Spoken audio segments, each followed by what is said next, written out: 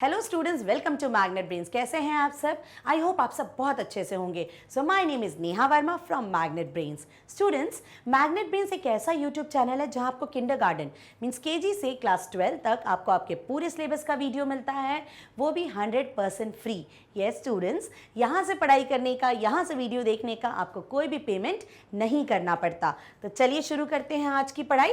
Students, हम कर रहे हैं कक्षा 4 का हिंदी, यस क्लास 4 का हिंदी, और आज हम पढ़ेंगे इसमें पाठ 7। यस स्टूडेंट्स, जिसका नाम है दान का हिसाब। जी हाँ स्टूडेंट्स, ये पाठ जो है इसमें दान का हिसाब इसके बारे में बताया गया है। दान माने किसी को भी अपनी मर्जी से कुछ देना और उसके बदले में उससे कुछ ना लेना, वो क्या होता है? दान करना। और इस पाठ में बताया गया है कि दान का भी हिसाब है, माने उसका भी हिसाब रखा गया है।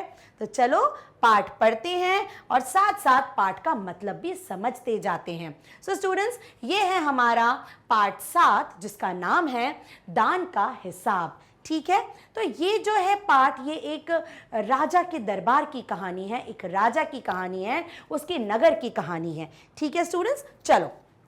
एक था राजा, एक राजा था भाई। राजा जी लगदग कपड़े पहनकर यूं तो हजारों रुपए खर्च करते रहते थे। लगदग कपड़े माने लाखों के, करोड़ों के कपड़े पहनते थे राजा जी, माने अपने ऊपर कपड़ों पे बहुत पैसा खर्च करते थे। पर दान के वक्त उनकी मुट्ठी बंद हो जाती थी। इसका मतलब राजा जी अपने कपड़ों पर, अपने गहनों पर तो खूब खर्चा करते थे, लेकिन जब कोई उनसे दान मांगता था तो उनकी मुट्ठी बंद हो जाती थी, माने वो कंजूसी कर देते थे। दान करना उनको बिल्कुल भाता ही नहीं था, उनको बिल्कुल पसंद नहीं था। दान करना मतलब स्टूडेंट्स किसी को भी कुछ देना और उसके बदले में उससे कुछ ना लेना। ठीक है, लेकिन राजा जी को दान तो बिल्कुल देना पसंद ही नहीं था। फिर क्या हुआ?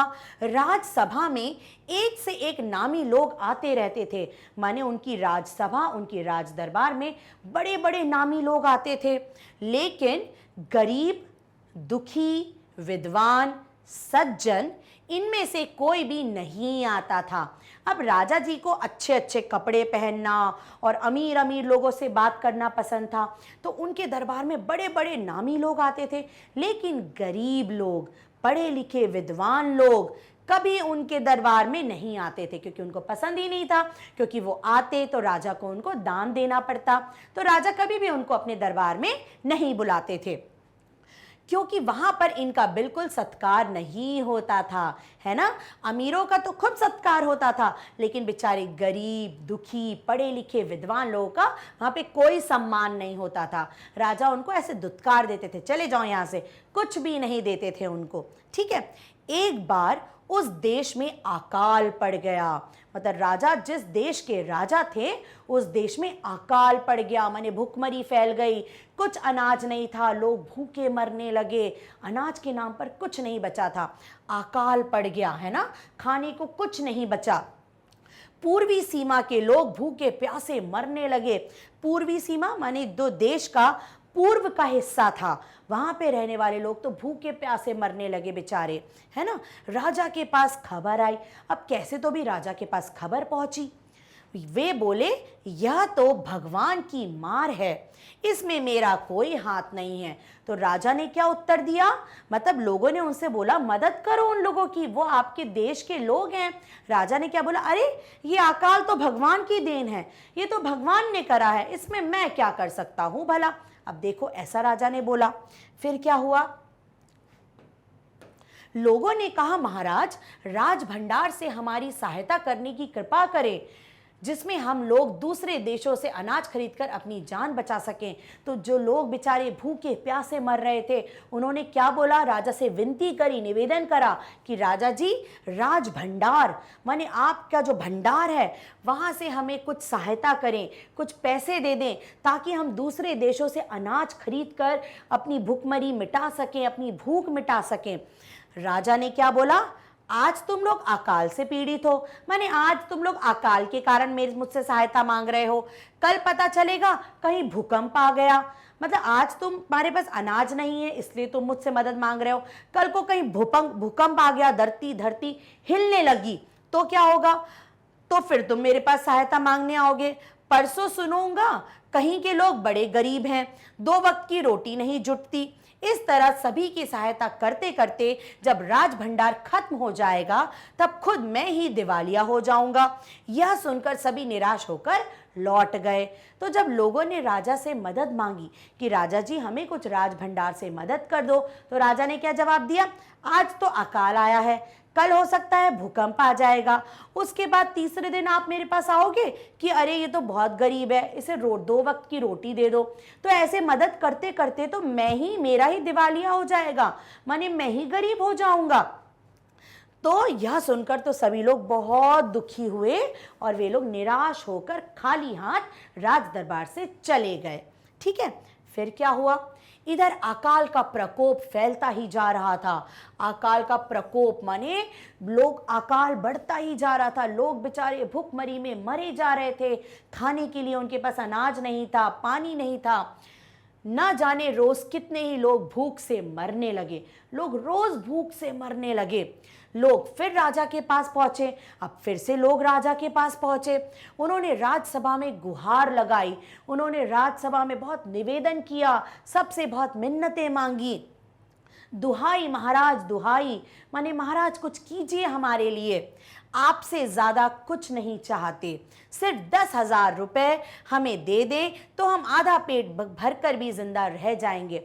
अब लोगों ने क्या बोला, बेचारे महाराज आपसे हम ज्यादा कुछ नहीं चाहते, बस हमें 10,000 रुपए दे दे। कितने दे दे, 10,000 रुपए, उसे देकर हम कुछ तो अनाज खरीद पाएंगे जिससे हम भरपेट नहीं आधा पेट खाना खाकर अपनी जान तो बचा पाएंगे।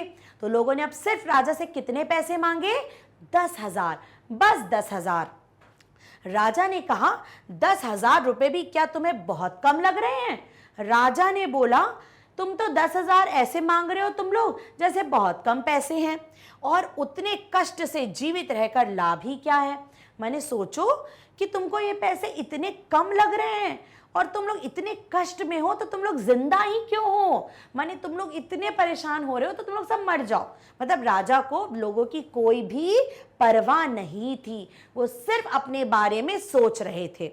ठीक है, फिर क्या हुआ, एक व्यक्ति ने कहा भगवान की कृपा से लाखों रुपए राजकोष में मौजूद हैं। एक व्यक्ति ने उनमें से क्या कहा, महाराज भगवान की कृपा से लाखों रुपए आपके राजकोष में, राजकोष क्या होता है, राजा का जहां पे भंडार, जहां पे राजा का पैसा रखा रहता है, वहां पर लाखों रुपए मौजूद हैं, जैसे धन का सागर हो। माने इतना पैसा है जैसे धन का, रुपयों पैसों का सागर हो, पूरा समुद्र हो। उसमें से एक आधा लोटा ले लेने से महाराज का क्या नुकसान हो जाएगा? तो क्या बोला एक आदमी ने, आपके राजकोष में तो इतना धन है, इतना रुपया पैसा है जैसे कि पूरा एक नदी, सागर, समुद्र हो, तो उसमें से अगर आप एक लोटा हमें दे देंगे तो आपका क्या बिगड़ेगा महाराज? फिर क्या हुआ, राजा ने फिर कहा राजकोष में अधिक धन है तो क्या उसे दोनों हाथों से लुटा दूं? अब राजा ने क्या बोला, हाँ है, बहुत धन है, तो क्या मैं दोनों हाथों से लुटा दूं, मैंने तुम लोगों को दान में दे दूं? एक अन्य व्यक्ति ने कहा, फिर एक दूसरे आदमी ने कहा महल में प्रतिदिन हजारों रुपया इन सुगंधित वस्त्रों, मनोरंजन और महल की सजावट में खर्च होता है। एक आदमी ने क्या कहा, महाराज इस पूरे महल में हजारों रुपया सुगंधित वस्त्र माने खुशबूदार कपड़े, महल की सजावट, इन सब पैसों, इन और मनोरंजन माने लोग वहाँ नाचने गाने, जो लोग आते हैं उनको पैसे दिए जाते हैं, खूब सुगंधित फूल लगाए जाते हैं, महल की सजावट की जाती है, इन सब चीज़ों में कितना पैसा खर्च होता है। यदि इन रुपयों में से थोड़ा सा धन जरूरतमंदों को मिल जाए तो उन दुखियों की जान बच जाएगी। तो उस व्यक्ति ने क्या कहा, इन फालतू चीजों में से अगर थोड़ा सा पैसा आप जरूरतमंदों को दे देंगे तो उनकी जान बच जाएगी, वो भूखमरी से नहीं मरेंगे। यह सुनकर राजा को क्रोध आ गया। अब राजा गुस्सा हो गया, वह गुस्से से बोला खुद भिखारी होकर मुझे उपदेश दे रहे हो, और मेरा रुपया है, मैं चाहे उसे उबाल कर खाऊं चाहे तल कर, मेरी मर्जी। अब तो राजा जी को गुस्सा आ गया। राजा जी ने क्या बोला कि तुम खुद तो भिखारी हो और मुझे इतने बड़ा ज्ञान दे रहे हो, उपदेश दे रहे हो, मेरा पैसा है, मैं चाहे इसे उबाल कर खाऊं या तल कर खाऊं, तुम भाग जाओ यहां से। राजा ने गुस्से में बोला। तुम अगर इस तरह बकवास करोगे तो मुश्किल में पड़ जाओगे, इसलिए इसी वक्त तुम चुपचाप खिसक जाओ। अब राजा ने क्या बोला, बकवास बिल्कुल मत करो, अगर तुम ऐसी फालतू बातें करोगे तो तुम मुसीबत में पड़ जाओगे, मैं तुम्हें जेल में बंद करा दूंगा, इसलिए यहां से चुपचाप खसक जाओ, चले जाओ, है ना। फिर क्या हुआ, राजा का क्रोध देखकर लोग वहां से चले गए। अब बेचारे जो निवेदन करने आए थे वो सारे लोग वहां से चले गए। राजा हंसते हुए बोला, छोटे मुंह बड़ी बात, अगर 100-200 रुपए तो एक बार सोच भी सकता था, पहरेदारों की खुराक 2-4 दिन कम कर देता और यह रकम पूरी हो जाती, मगर 100-200 से इन लोगों का पेट नहीं भरेगा, एकदम 10,000 मांग बैठे।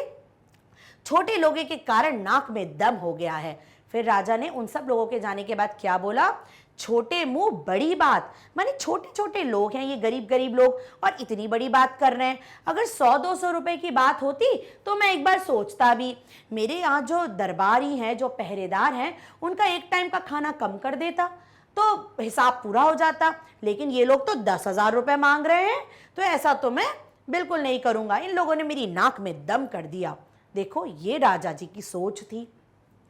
फिर क्या हुआ, यह सुनकर वहां उपस्थित लोग हाँ हूं कह रह गए, मगर मन ही मन उन्होंने भी सोचा, राजा ने यह ठीक नहीं किया, जरूरतमंद की सहायता करना तो राजा का कर्तव्य है। अब राज दरबारी जो थे वो राजा की हाँ में हाँ तो मिला रहे थे, लेकिन मन ही मन उन्होंने सोचा, राजा ने बिल्कुल ठीक नहीं किया, है ना, जरूरतमंद की मदद राजा को जरूर करनी चाहिए थी। मन में तो सभी ये सोचेंगे। 2 दिन बाद ना जाने कहां से एक बूढ़ा सन्यासी राजसभा में आया। अब ये बात को 2 दिन बीत गए, फिर एक ना जाने कहां से एक बूढ़ा सन्यासी, है ना, राज दरबार में आया। उसने राजा को आशीर्वाद देते हुए कहा, दाता कर्ण महाराज। उसने महाराज को क्या बोला, दाता कर्ण। कर्ण किस लिए फेमस थे, दान के लिए। कर्ण ने अपना पूरा राज दरबार दान कर दिया था, है ना, तो कर्ण दान के लिए फेमस थे। तो क्या बोला सन्यासी ने, दाता कर्ण महाराज, माने महाराज को उन्होंने किसका दर्जा दिया, दाता कर्ण का दर्जा दिया। बड़ी दूर से आपकी प्रसिद्धि सुनकर आया हूं, सन्यासी की इच्छा भी पूरी कर दें। अपनी प्रशंसा सुनकर राजा बोला, जरा पता तो चले तुम्हें क्या चाहिए, यदि थोड़ा कम मांगो तो शायद मिल भी जाए। अब सन्यासी ने राजा जी की खूब प्रशंसा करी, अरे दूर दूर तक आपके किस्से हैं, आप तो बड़े दाता हैं, बहुत दान करते हैं, तो मेरी भी इच्छा पूरी कर दीजिए। राजा ने बोला, ठीक है, पता तो चले तुम क्या चाहते हो, मांगो, अगर थोड़ा कुछ मांगोगे तो हो सकता है तुम्हें मिल जाए। ठीक है, राजा खुश हो गए थे अपनी तारीफ सुनकर। फिर क्या हुआ, सन्यासी ने कहा, मैं तो सन्यासी हूँ। सन्यासी कौन होता है, जो अपना घर बार सब छोड़ देते हैं और भगवान के भजन में लीन रहते हैं, है ना। तो मैं तो एक सन्यासी हूँ, मैं अधिक धन का क्या करूँगा, माने बहुत ज़्यादा मुझे धन रुपया पैसा तो नहीं चाहिए। मैं राजकोष से 20 दिन तक बहुत मामूली भिक्षा प्रतिदिन लेना चाहता हूँ। क्या बोला सन्यासी ने, मैं ज्यादा कुछ नहीं मांगूंगा, 20 दिन तक, 20 दिन पूरे, 20 डेज, 20 दिन तक राजकोष से थोड़ी थोड़ी सी भिक्षा, भिक्षा माने ऐसे भिक्षा लूंगा, माने आप मुझे कुछ दान दीजिएगा, तो थोड़ा थोड़ा मैं भिक्षा रोज लूंगा 20 दिन तक। मेरा भिक्षा लेने का नियम इस प्रकार है, लेकिन मेरा कुछ नियम है भिक्षा लेने का। मैं पहले दिन जो लेता हूं, दूसरे दिन उसका दुगना लेता हूं। क्या बोला सन्यासी ने, मान लीजिए मैं आज जो भी लूंगा कल उसका दुगना लूंगा, फिर तीसरे दिन उसका दुगना, माने दूसरे दिन जो लूंगा तीसरे दिन उसका दुगना, दुगना माने डबल, उसका डबल लूंगा। माने देखिए, अगर पहले दिन 1 रुपया लिया, दूसरे दिन 2 लूंगा, तीसरे दिन 2 का दुगना 4 लूंगा, चौथे दिन 4 का दुगना 8 लूंगा, तो ऐसे दुगना दुगना लेता जाऊंगा। फिर चौथे दिन तीसरे दिन का दुगना, इस तरह से प्रतिदिन दुगना लेता जाता हूं। भिक्षा लेने का मेरा यही तरीका है। तो क्या बोला सन्यासी ने, मैं ऐसे ही भिक्षा लेता हूं महाराज, दुगना दुगना लेता हूं और यही मेरा नियम है ना। फिर क्या हुआ, राजा बोला, तरीका तो समझ गया, मगर पहले दिन कितना लेंगे? राजा ने बोला ठीक है मैं समझ गया, लेकिन आप पहले दिन कितना लेंगे? यही असली बात है। 2-4 रुपयों से पेट भर जाए तो अच्छी बात है, मगर एकदम से 20-50 मांगने लगे तब तो 20 दिन में काफी बड़ी रकम हो जाएगी। अब राजा चिंता में हो गए। राजा ने बोला 2-4 रुपए मांगोगे तो ठीक है, बट एकदम से ज्यादा पैसा मत मांगना, नहीं तो बहुत मुश्किल हो जाएगी। सन्यासी ने हंसते हुए कहा, महाराज मैं लोभी नहीं हूं, माने लोभी माने लालची, मैं लालची नहीं हूं। आज मुझे 1 रुपया दीजिए, आज मुझे आप सिर्फ 1 रुपया दीजिए, फिर 20 दिन तक दुगना करके देते रहने का हुक्म दे दीजिए। आज आप मुझे सिर्फ 1 रुपये दीजिए और 20 दिन तक इसी को ही दुगना करते जाइए। राजा ने बोला ठीक है। यह सुनकर राजा, मंत्री और दरबारी सभी की जान में जान आई। अब सबको पता चल गया कि अरे ये तो 1 रुपया मांग रहा है, तो ज्यादा नहीं मांगेगा, तो सबकी जान में जान आई। राजा ने हुक्म दिया कि सन्यासी के कहे अनुसार 20 दिन तक राजकोष से उन्हें भिक्षा दे जाती रहे। माने राजा ने हुक्म दे दिया कि जैसा सन्यासी भिक्षा मांग रहे हैं 20 दिन तक इनको ऐसे ही भिक्षा देती जाए। सन्यासी राजा की जय जयकार करते हुए घर लौट गए। अब सन्यासी बड़े खुश हो गए कि अरे वाह, राजा जी तो मेरी बात मान गए। फिर क्या हुआ? राजा के आदेश के अनुसार राज भंडारी प्रतिदिन हिसाब करके सन्यासी को भिक्षा देने लगा। अब राजा ने तो कह दिया था, तो जो राज भंडारी था, माने जो राजा के भंडार का ख्याल रखता था, वो सन्यासी को भिक्षा देने लगा। इस तरह 2 दिन बीत गए, 10 दिन बीत गए, अब 10 दिन हो गए। 2 सप्ताह तक भिक्षा देने के बाद भंडारी ने हिसाब करके देखा कि दान में काफी धन निकला जा रहा है। अब 1 दिन हुआ, 10 दिन हो गए, जब 2 हफ्ते निकल गए, है ना, 2 सप्ताह 2 हफ्ते निकल गए, तो भंडारी ने कुछ हिसाब लगाया कि चलो हिसाब लगा के तो देखूं कि अभी तक सन्यासी को हम कितना पैसा दे चुके हैं। यह देखकर उन्हें उलझन महसूस होने लगी। महाराज तो कभी किसी को इतना दान नहीं देते थे। अब उन्हें लगा अरे बाप रे, महाराज तो कभी किसी को इतना दान नहीं देते थे। उसने यह बात मंत्री को बताई। मंत्री ने कुछ सोचते हुए कहा, वाकई यह बात तो पहले ध्यान में ही नहीं आई थी, मगर अब कोई उपाय भी नहीं है, महाराज का हुक्म बदला नहीं जा सकता। अब जो राजकोष का जो दरबारी था, उसने हिसाब लगाया, तो हिसाब में उसको थोड़ी सी कुछ गड़बड़ लगी। उसने ये बात मंत्री को बताई। मंत्री ने बोला, अरे हाँ, ये तो बहुत ज्यादा हिसाब हो रहा है, लेकिन कुछ नहीं किया जा सकता क्योंकि ये हुक्म तो खुद राजा जी ने दिया है। कितने दिन तक भिक्षा देनी थी सन्यासी को? 20 दिन तक। उसके बाद फिर कुछ और दिन बीत गए। भंडारी फिर हड़बड़ाता हुआ मंत्री के पास पूरा हिसाब लेकर गया। अब थोड़े दिन और हो गए, 2 हफ्ता से ज्यादा और समय निकल गया। तो भंडारी जो था वो हड़बड़ाता हुआ मंत्री के पास पहुंचा, पूरा हिसाब लेकर। हिसाब देखकर मंत्री का चेहरा फीका पड़ गया। जब मंत्री ने देखा तो वो भी ऐसे एकदम हक्का बक्का रह गया। वह अपना पसीना पोंछकर, सिर खुजलाकर, दाढ़ी में हाथ फेरते हुए बोला, यह क्या कह रहे हो? अभी से इतना धन चला गया तो फिर 20 दिनों के अंत में तो कितना रुपया होगा? मंत्री भी बिल्कुल चकरा गया। उसने बोला, अरे बाप रे, इतना पैसा दान में दे दिया, अभी तो 20 दिन तक देना है, कितना पैसा चला जाएगा? भंडारी बोला, जी पूरा हिसाब तो नहीं किया है। मंत्री ने कहा, तो तुरंत बैठकर अभी पूरा हिसाब करो। तो क्या बोला भंडारी ने कि अभी पूरा हिसाब तो नहीं किया, 20 दिन में कितना हो जाएगा? मंत्री ने बोला, पूरा हिसाब करो।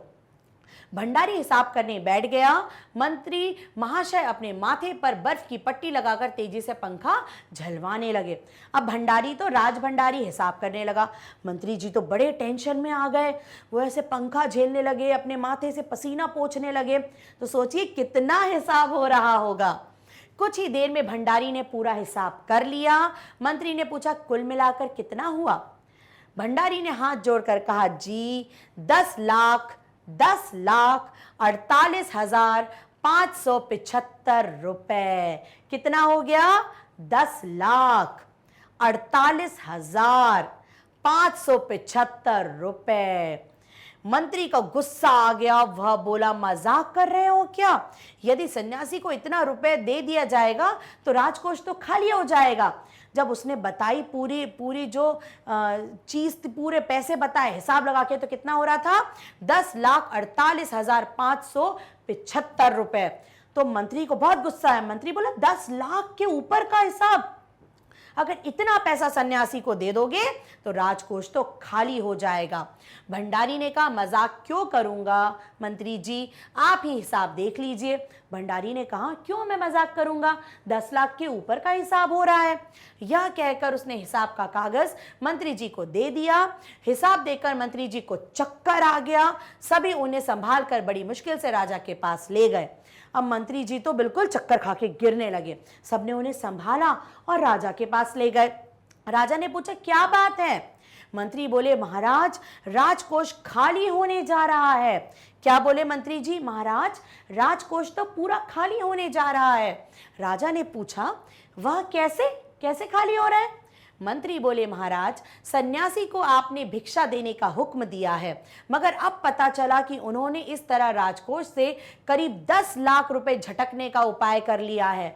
मंत्री ने राजा को बताया, आपने तो हुक्म दे दिया 20 दिन तक इनको भिक्षा देते रहो, लेकिन 20 दिन तक तो हमारे 10 लाख रुपए चले जाएंगे करीब करीब। राजा ने गुस्से से कहा, मैंने इतने रुपए देने का आदेश तो नहीं दिया था, फिर इतना रुपए कैसे दिया जा रहा है? भंडारी को बुलाओ। मंत्री ने कहा, जी सब कुछ आपके हुक्म के अनुसार ही हुआ है। अब राजा को भी गुस्सा आ गया। राजा ने तो 1 रुपए से शुरुआत करी थी। तो राजा ने बोला, इतना पैसा कैसे? भंडारी को बुलाओ। तो मंत्री ने क्या बोला, महाराज सब कुछ आपके हुक्म से ही हो रहा है, जैसा आपने बोला था वैसा ही किया जा रहा है, आप खुद ही दान का हिसाब देख लीजिए। राजा ने उसे 1 बार देखा, 2 बार देखा, इसके बाद वह बेहोश हो गए। राजा भी बेहोश हो गए हिसाब देख के। सब परेशान हो गए, राज भंडारी, मंत्री, राजा जी। काफी कोशिशों के बाद उनके होश में आ जाने पर लोग सन्यासी को बुलाने दौड़े। अब उसके बाद वो होश में आए, फिर लोग सन्यासी को बुलाने के लिए दौड़े। सन्यासी के आते ही राजा रोते हुए उनके पैरों पर गिर पड़ा। अब जब राजा को होश आया तो लोगों ने सन्यासी को बुलाया। जैसे ही सन्यासी महाराज आए, राजा उनके पैरों में गिर पड़े और क्या बोले, दुहाई है सन्यासी महाराज, मुझे इस तरह जान माल से मत मारिए। क्या बोला राजा ने? दुहाई लगाई, मिन्नतें करी, मुझे इस तरीके से जान से और माल माने पैसों से मत मारिए। जैसे भी हो एक समझौता करके मुझे वचन से मुक्त कर दीजिए। महाराज ने क्या बोला सन्यासी से? सन्यासी महाराज प्लीज मेरा निवेदन है, आप मुझे ऐसा परेशान मत करिए, कुछ तो समझौता कर लीजिए और मुझे मेरे वचन से मुक्त कर लीजिए। अगर आपको 20 दिन तक भिक्षा दी गई तो राजकोष खाली हो जाएगा, फिर राजकाज कैसे चलेगा? महाराज ने बोला, अगर मैं आपको 20 दिन तक लाखों रुपए दे दूंगा तो मेरा राजभंडार तो खाली हो जाएगा, फिर मैं ये राजकोष कैसे चलाऊंगा? सन्यासी ने गंभीर होकर कहा। अब सन्यासी ने सब कुछ सुन लिया। अब आराम से गंभीर होकर धीरे से सन्यासी ने कहा, इस राज्य में लोग अकाल से मर रहे हैं, मुझे उनके लिए केवल 50,000 रुपए चाहिए। वह रुपया मिलते ही मैं समझूंगा मुझे मेरी पूरी भिक्षा मिल गई, बस मुझे कुछ और नहीं चाहिए। अब सन्यासी ने क्या बोला? महाराज इस देश में, इस नगर में लोग अकाल से भूखे मर रहे हैं, मुझे उनकी मदद के लिए सिर्फ 50,000 रुपये चाहिए। जब मेरी भिक्षा उतनी हो जाएगी मैं चला जाऊंगा, उसके आगे मैं कुछ नहीं लूंगा। मैंने सन्यासी को कितने पैसे चाहिए थे? सिर्फ 50,000। राजा ने कहा, परंतु उस दिन एक आदमी ने मुझसे कहा था कि लोगों के लिए 10,000 रुपया ही बहुत होगा। अब महाराज ने क्या बोला? आप 50,000 मांग रहे हो? उस दिन तो एक आदमी ने मुझसे सिर्फ 10,000 रुपए मांगे थे। सन्यासी ने कहा, मगर आज मैं कहता हूं कि 50,000 से 1 पैसा भी कम नहीं लूंगा। अब सन्यासी ने क्या बोला? ठीक है, लेकिन आज तो मैं 50,000 ही लूंगा, 1 पैसा भी उससे कम नहीं लूंगा। फिर क्या हुआ? राजा गिड़गिड़ाया, मंत्री गिड़गिड़ाया, सभी गिड़गिड़ाए, मगर सन्यासी अपने वचन पर डटा रहा।